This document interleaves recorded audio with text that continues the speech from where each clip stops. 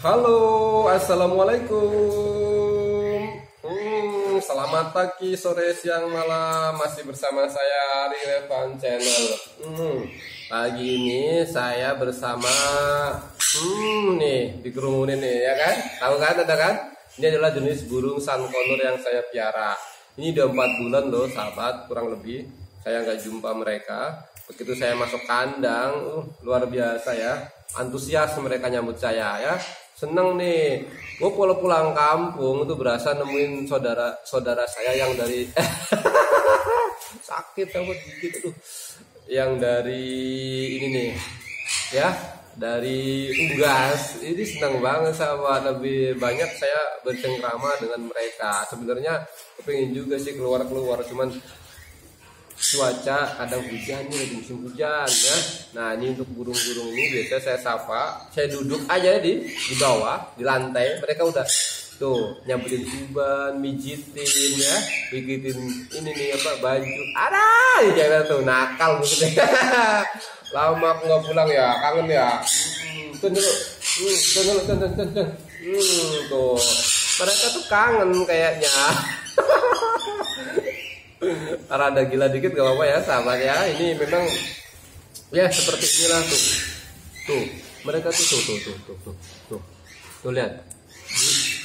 Tuh rambut saya yang banyak putihnya ini tuh digigitin tuh, entah nyari apa, nyabutin uban kali ya, bantuin ya tuh dijut.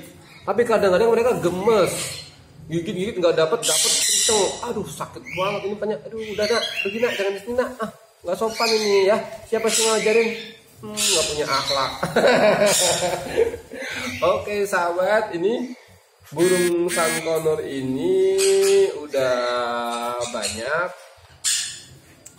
ya yang saya ternak. Saya suka nih dengan karakternya seperti ini ya, beda dengan koktail atau burung pal ya kan.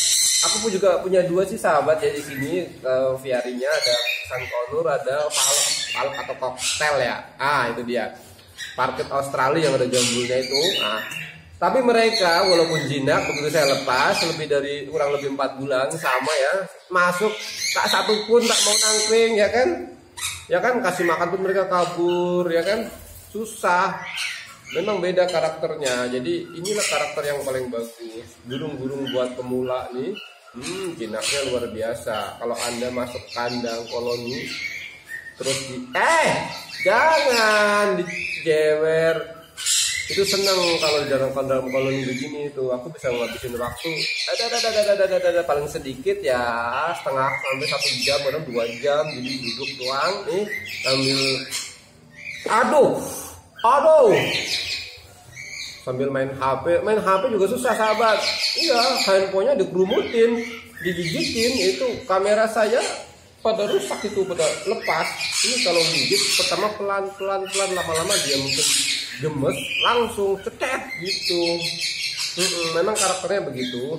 Jadi kalau tapi nggak sampai berdarah sih ya sahabat. Jadi gemes aja, kita tinggal itu aja, dia ngerti.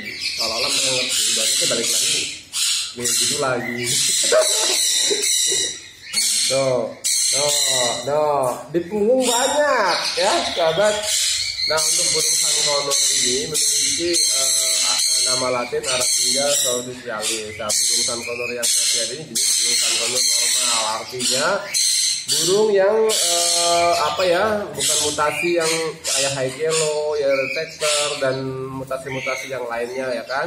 Ini normal, dia kalau masih muda berwarna hijau ya kan. Kalau misalnya udah mulai 1 tahun, dia mulai bermutasi warna menjadi bagian sayap, terutama bagian punggung sininya itu kuning. Nanti warnanya dominan kuning seperti ini sahabat tuh ya kan. Nah ini pertanda mereka sudah mulai dewasa. Matang kelaminnya 2 tahun sahabat. 2 tahun mereka baru mencari pasangannya ya. Baru nelor. Nah untuk bagaimana sih membedakan jenis kelaminnya? Ini yang sedikit repot sahabat, karena ini jenis burung yang monoseksual ya, atau apa saya tahu namanya. Pokoknya membedakan antara jantan dan betina secara fisik itu tidak bisa ya. Hampir sama, semuanya mirip persis sama. Jadi harus melalui tes DNA. Tes DNA ini biasanya kita ada beberapa hobis yang memang menerima jasa tes DNA. Jadi kita bisa tahu nanti jenis kelaminnya untuk dipasangkan. Nah, biasanya mereka itu masang sahabat karena burung-burung ini cenderung lebih akur seperti ini berkoloni ya. Mereka lebih cenderung akur. Kemudian kalau kita pasangkan dengan pasangannya itu pasang, tapi kadang-kadang nggak berjodoh juga bisa. Biasanya kalau nggak berjodoh tuh nggak kawin ya. Kalau kawin biasanya sudah berjodoh. Jadi mereka akur, mesra, belum tentu berjodoh. Makanya agak sedikit repot ya. Kadang udah berjodoh, nggak mau udah kawin tapi nggak mau nelok. Ada juga yang kayak gitu, jadi repot. Gampang susah ya. Seperti itu. Jadi kalau untuk menernaknya itu juga butuh kesabaran yang tingkat tinggi karena burung ini selain matang kelaminnya lama juga menjodohkannya itu juga lama. Makanya kalau jual yang udah fix jodoh dan indukan proven itu juga saya nggak jual karena proses untuk mendapatkan itu rumit sahabat ya, bener rumit. Jadi saya nggak jual.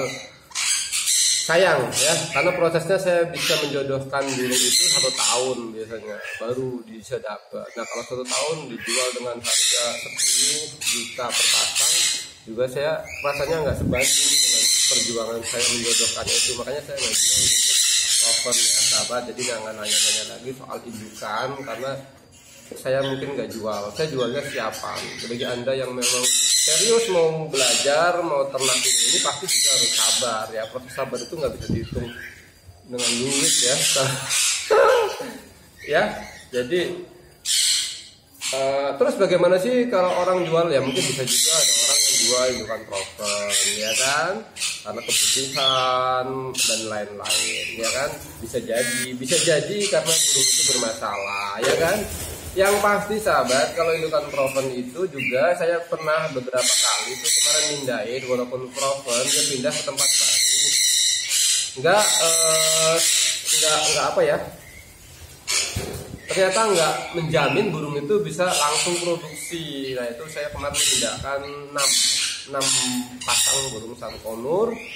Udah 4 bulan, yang biasanya 2 bulan sekali produksi, mereka udah 4 bulan, hampir mau 5 bulan malah ya sahabat. Itu cuman baru 3 pasang yang produksi, artinya masih ada 2 pasang lagi yang macet produksi. Nah jadi bisa jadi orang jual indukan proven tapi dengan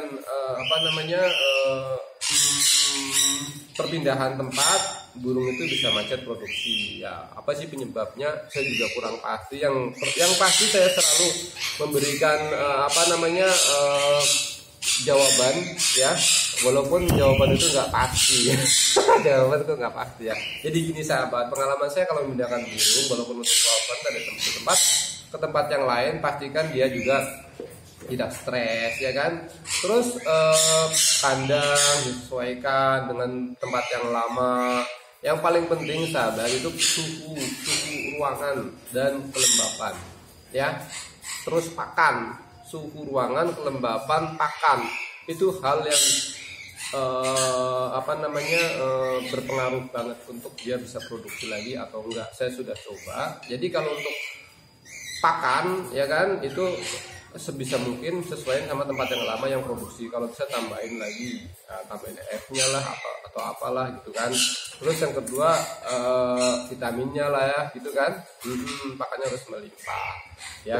Yang ketiga, yang kedua suhu ruangan. Nah suhu ruangan kalau bisa ya tanyain. Nah ini saya kemarin sempat bingung juga ya kan, kok bisa begini ya, sampai saya atur suhu dengan tempat baru ya, dengan menggunakan bahan-bahan pelapis atap gentengnya biar panasnya nggak terlalu masuk. Suhunya berapa sih biasanya? Suhunya itu antara 30, suhu ruangan ya sahabat. Jadi suhu ruangan suka. Jadi suhu 30-an lah kurang lebih ya kan, jangan sampai di atas 32 kalau nggak salah. Ya.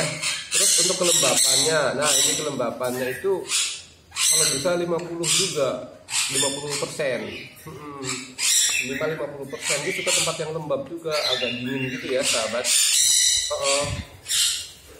Kalau lembab dia lebih cepet, pokoknya agak dingin, dia cepet kawin gitu, cepet berakhir gitu kayak manusia.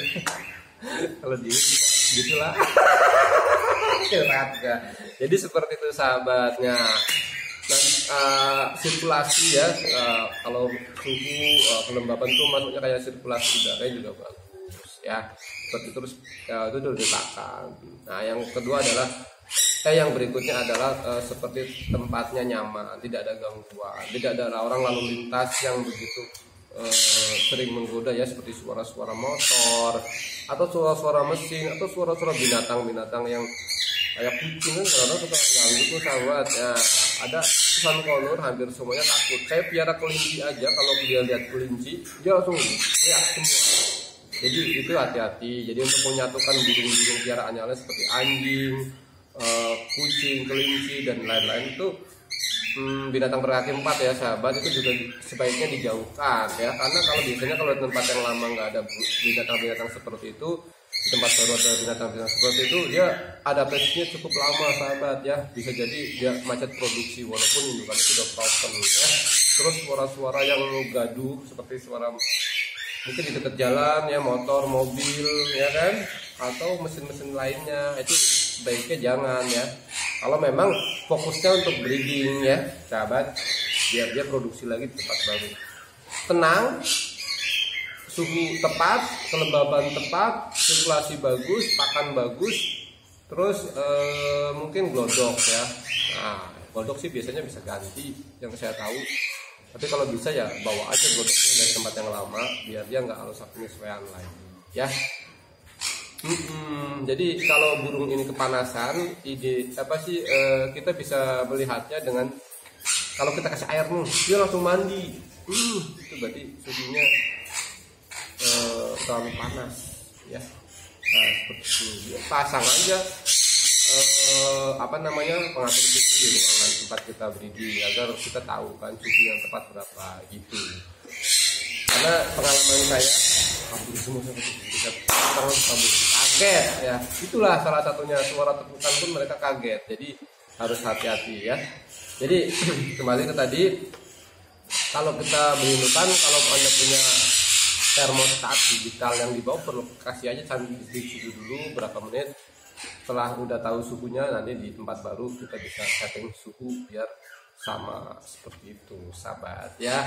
Mungkin itu bisa membantu bagi teman-teman yang punya suncolor nggak produksi juga. Saya juga sebenarnya nggak begitu ini ya, nggak begitu tahu, tapi saya terus akan mencoba berusaha memberikan jawaban berdasarkan pengalaman ya, karena menjawab pertanyaan yang rumit ya kan, walaupun simpel pertanyaannya, mas kok burung saya nggak produksi ya, itu kan banyak faktor ya. Nah mungkin salah satu faktor yang saya sebutkan tadi yang belum Anda penuhi ya, coba penuhi dulu, siapa tahu itu membantu dan nanti bisa membuat burung itu produksi ya. Tambahan vitamin juga perlu, vitamin breeding banyak kok. Saya biasa menggunakan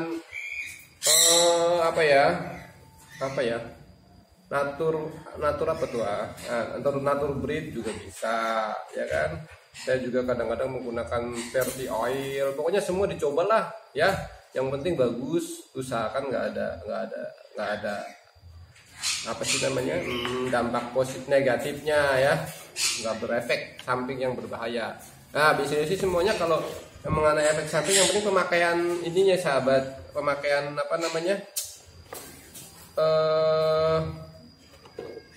pemakaiannya jangan berlanjut atau terlalu lama gitu. Cukup untuk mendongkrak pada season pertama aja, atau dia saat dia masih produksi. Jadi untuk dia biar telur pertama nggak apa-apa pakai tambahan vitamin tertentu yang bisa membuat dia tuh beratnya lebih naik gitu kan. Nah kemudian selanjutnya biasanya dia kalau udah produksi, pakannya bagus, pasti produksi terus gitu. Terus setelah 6 sampai 10 kali season produksi, dia biasanya akan